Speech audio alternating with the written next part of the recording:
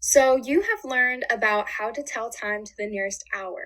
You've worked on it with us as a class, you've worked on your own, and now I'd like for you to show me what you know by working on this worksheet.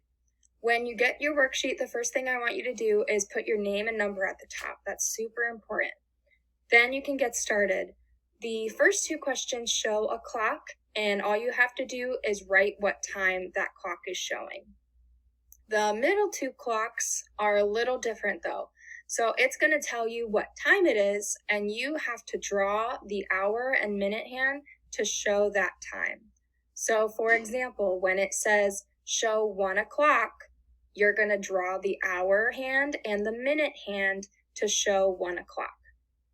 Then you're going to flip the paper over. There's a front and back, so don't forget to do the back. On the back, there's some analog clocks and digital clocks, and you will match the analog clock to the digital clock that has the same time.